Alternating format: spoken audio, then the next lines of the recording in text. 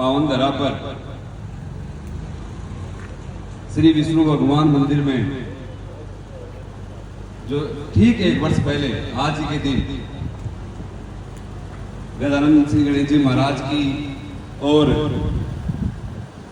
श्री विश्वकर्मा जी महाराज की मूर्ति का अनावरण हुआ, उनकी प्राण प्रतिष्ठा हुई आप सभी के सानिध्य में। और ठीक 1 वर्ष होने के पश्चात आज मंदिर समिति के सभी पदाधिकारियों ने मिलकर, ग्रामवासियों ने मिलकर इस वर्षगांठ का आयोजन रखा और साथ में प्रतिभा सम्मान समारोह का भी आपने ये निर्णय लिया और बहुत अच्छा निर्णय लिया। आज इस शुभ अवसर पर मंच पर विराजमान इस कार्यक्रम के मुख्य अतिथि और हम सबके आदरणीय श्री नीलमणि जी कुमाऊं साहब, मंच पर विराजमान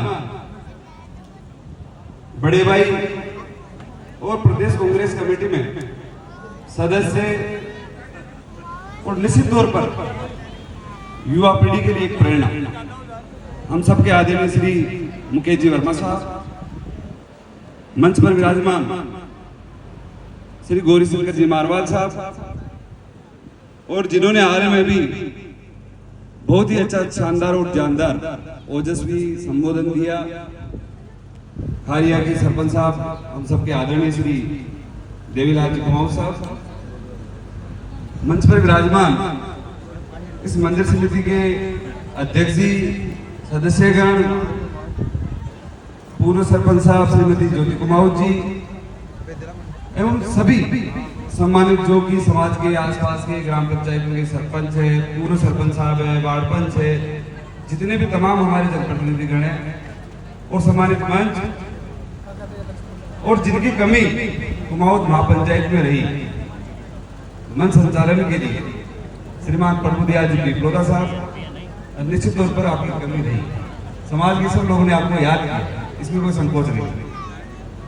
और मेरे सामने विराजमान पिता तुल्य बुजुर्ग, माताएं, बहनें, नौजवान साथी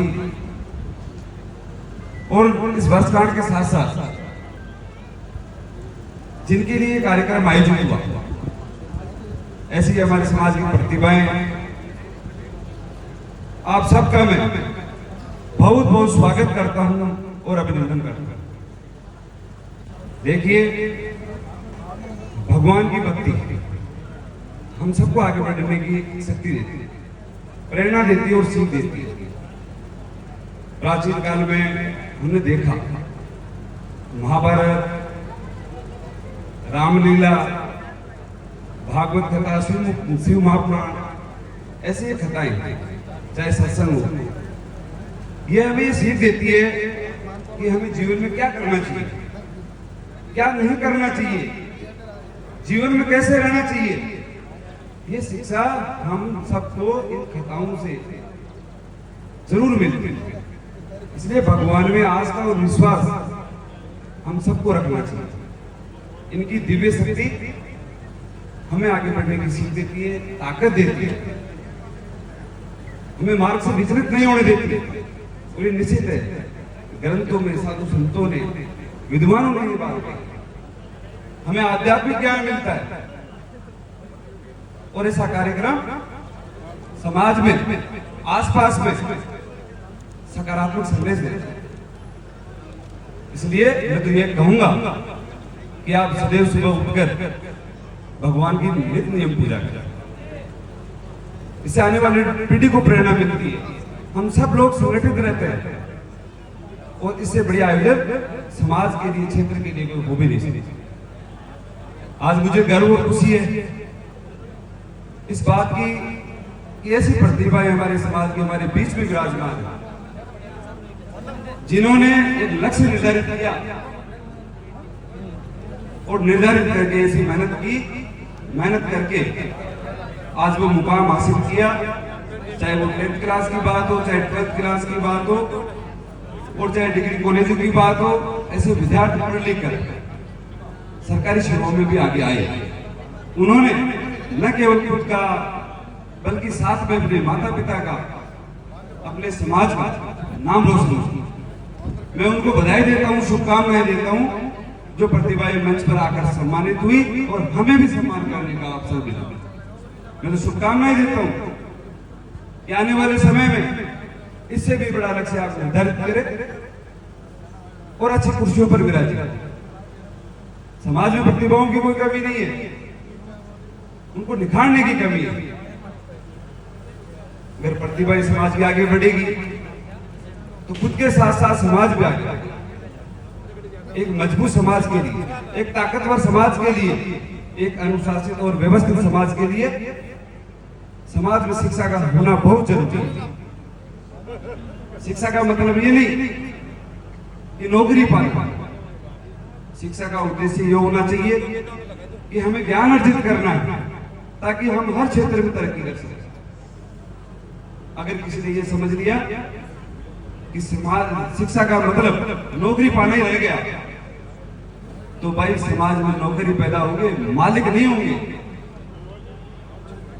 इसलिए शिक्षा को ज्ञान अर्जित करने का उद्देश्य समझे तो निश्चित तौर पर समाज आगे बढ़ेगा।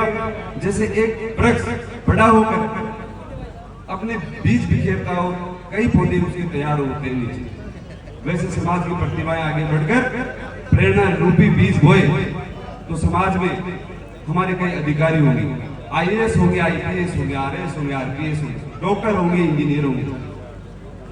संविधान के सूत्रधारों ने भी ये कहा कि अगर किसी को आगे बढ़ना है, तरक्की करनी है, चाहे वो समाज की बात हो चाहे संगठनों की बात हो,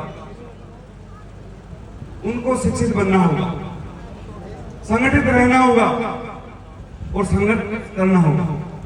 समाज में से कई लोग ऐसे विद्यार्थी और प्रतिभाएं भी जो एक बार में फेल हो जाते हैं तो मार्ग से विचलित हो जाते हैं, हार मान लेते हैं। कभी हार नहीं माननी चाहिए जीवन में, कम से कम 1, 2, 3 बार तो प्रयास करना चाहिए। भगवान भी हमारी कहीं ना कहीं परीक्षा लेता है, हमारे धैर्य की। इसलिए हमारे समाज में आप प्रतिभाओं का निकालने का काम करें। आज भादवा के समाज ने ये बेहतर काम किया। तो प्रभु दयाल जी ने एक बात कही थी कि जब बचपन में छोटे थे तो जब गिरते थे तो उठाते थे और बड़े हो जाते थे तो गिराने के लिए लगते थे। मैं इनको भी एक कहना चाहूंगा 2 शब्दों के माध्यम से, हर आदमी को ये सोचना चाहिए कि ना मैं गिरा ना मेरे उम्मीदों के मीनार गिरे और मुझे गिराने वाले कई बार गिरे। इसलिए वो ये सोच के आगे नहीं बढ़े कि भाई मुझे कोई गिराने वाला है। अगर हमें कोई गिराने वाला है तो खुद अपने आप ही। मैं तो यही सोचता हूँ हमेशा कि पड़ोसी को कोई आदमी भैंस ले आवे तो आप कभी कुछ सोचा कि आप मर जाओ, भाई घी कौन गा ले लो, दूध कौन गा ले लो। अगर भैंस है नहीं दूध लगाओ तो अपन लगावणी गा ले लो। कभी न सोचे कि समाज का पड़ोस का व्यक्ति सफल होता है तो हमारे लिए वो कहीं ना कहीं जरूर काम करें। बातें बहुत है और भी वक्ता उनको सबको बोलना है और बहुत अच्छा आयोजन आपने किया। और हम जैसे मंच पर बैठे लोग आप लोगों के आशीर्वाद से, आप लोगों की दुआओं से आगे बढ़े। मैं तो यही कहूंगा कि हम लोग आपके चरणों में रहें, आपका हाथ, आपका आशीर्वाद, आपकी दुआएं हमारे सिर माथे पे रहे। बहुत अच्छा आयोजन आपने किया, इसके लिए तो मैं बधाई भी देता हूँ, शुभकामनाएं भी देता हूँ। और जो प्रतिभाएं उन्होंने मुकाम हासिल किया है उनको भी शुभकामनाएं देता हूँ, भविष्य की शुभकामनाएं देता हूँ कि आप बहुत अच्छी कुर्सियों पर विराजे, जहाँ देश के लिए नीतियां बनती है, योजनाएं बनती है, आप पढ़ लिख आगे बढ़ोगे तो उन सबका गर्व ऊंचा होगा। आप फिर से बहुत बहुत धन्यवाद। जय हिंद, जय कुमार समाज, राम राम।